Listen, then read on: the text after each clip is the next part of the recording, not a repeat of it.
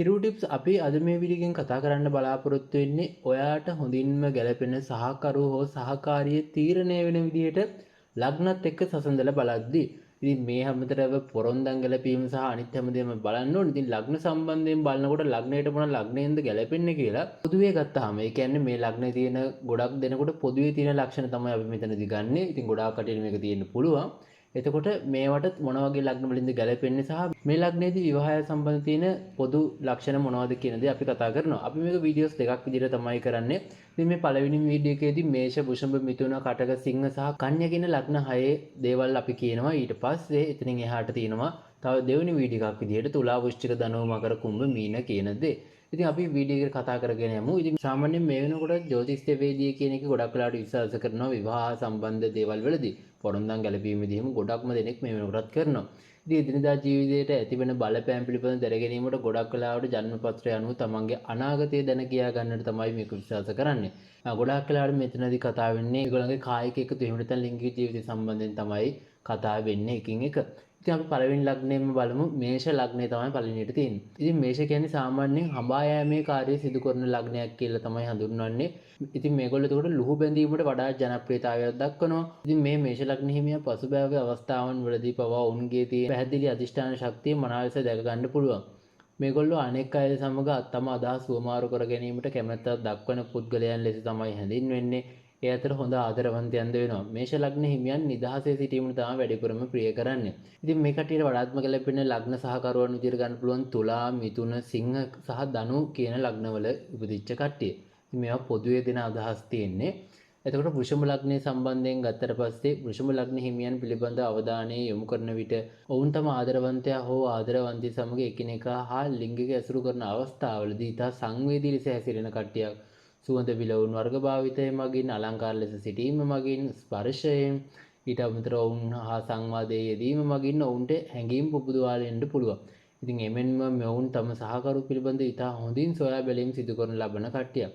එතකොට මේගොල්ලන්ට වැඩිපුරම ගැලපෙන්නේ වෘශ්චික, කටක, කන්‍යා සහ මීන කියන ලග්නවල සහකරුවන් හෝ සහකාරියන්.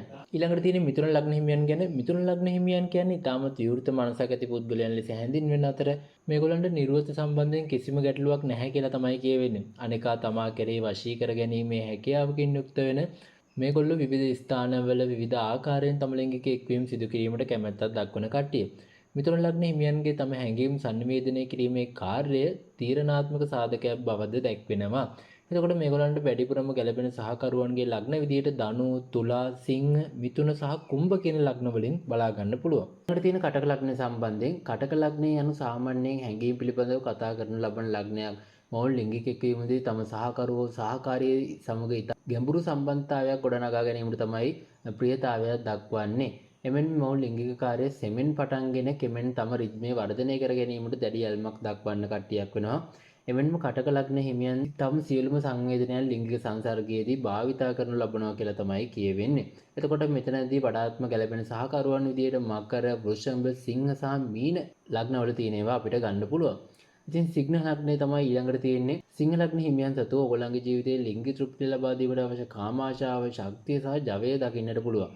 මොවුන්ගේ චරිතය තුළ ස්වභාවයෙන්ම නිරතුරුවම විරුද්ධ ලිංගිකයා වෙත ආකර්ෂණය වීමේ ස්වභාවයක් ඇති නිසා ආදරය කිරීමට වෙලාවක් ලැබුණේ කලාතුරකින්. ඉතින් මේ විදිහට ලිංගික එකතුන අවස්ථාවක මේගොල්ලන්ගේ ප්‍රබලතම පැතිකඩ ලෙස හඳුනාගත හැකි අතර තම සහකරුවෝ සහකාරිය සමග සෙල්ලංකාර ලෙස ලිංගික තෘප්තිය ලබා ගැනීමට මේගොල්ලෝ ප්‍රිය කරනවා. ඉතින් මේගොල්ලන්ට ගොඩාක්ම ගැළපෙන ලග්න විදියට කුම්භ, වෘශ්චික, තුලා කියන ලග්න වලින් අපිට ගන්න පුළුවන් සහකරුවෝ සහකාරියක්ව. මේ වීඩියෝගේ අවසානයේ තියෙන ඊළඟට කන්‍යා ලග්නය සම්බන්ධයෙන් ආදර ඇති කිරීම ක්‍රියාවලියේදී කන්‍යා ලග්න හිමියන් සතු සියලුම දේම තම සහකරු හෝ සහකාරියට ලබා දීමට කටයුතු කරනවා. කන්‍යා ලග්න හිමියන්ට මන්දගාමී ලිංගික එක්වීමක් ලබා ගත හැකි සාමකාමී පරිසරයකට තමයි වඩාත්ම ආශා කරන්නේ. මේ සියල්ලටම ප්‍රථමයෙන් ඔබ ඔවුන්ගේ විශ්වාසය දිනාගෙන ඉන්න ඕනේ මේ දේවල් වෙන්න නම්. ඉතින් වරක් ඔබ එසේ කළ විට ඔවුන් තම හැඟීම් නිදහස් කිරීම පටන් ගන්නවා. ඉතින් මේකෙදි ගොඩාක්ම ගැළපෙන සහකරුවන් විදියට මීන, වෘෂභ, තුලා සහ කටක කියන ලග්නවල කට්ටියව අපිට බලා ගන්න පුළුවන්. ඉතින් මේ වීඩියෝ එකෙන් කතා කරන්න බලාපොරොත්තු වෙන්නේ මේ ලග්න 6 සම්බන්ධයෙන්. ඊළඟ වීඩියෝ එකේදීත් ඊළඟ ලග්න 6 සම්බන්ධයෙන් මේ කරුණු දාලා තියෙනවා. ඉතින් මේ විදිහට දිනදා ජීවිතේ පොරොන්දම් ගැලපීම පොරොන්දම් වල තේරුම මොනවද ඒවා ගලපන්නේ කොහොමද තවත් ආදර ගැලපීම් සම්බන්ධයෙන් සහ ආදරය ගැන ගොඩාක් දේවල් මේ channel එකේ වීඩියෝස් දාලා තියෙනවා. ඉතින් මේ වගේ දිනදා ජීවිතේ වැදගත් වෙන ගොඩක් දේවල් දැනගන්න අලුත් දේවල් දැනගන්න දැනුම ලබා ගන්න අපේ channel එක subscribe කරන්න කියලා මතක් කරනවා. එහෙනම් අදට ගිහින් ඉන්නම් හැමෝටම සුබ දවසක්.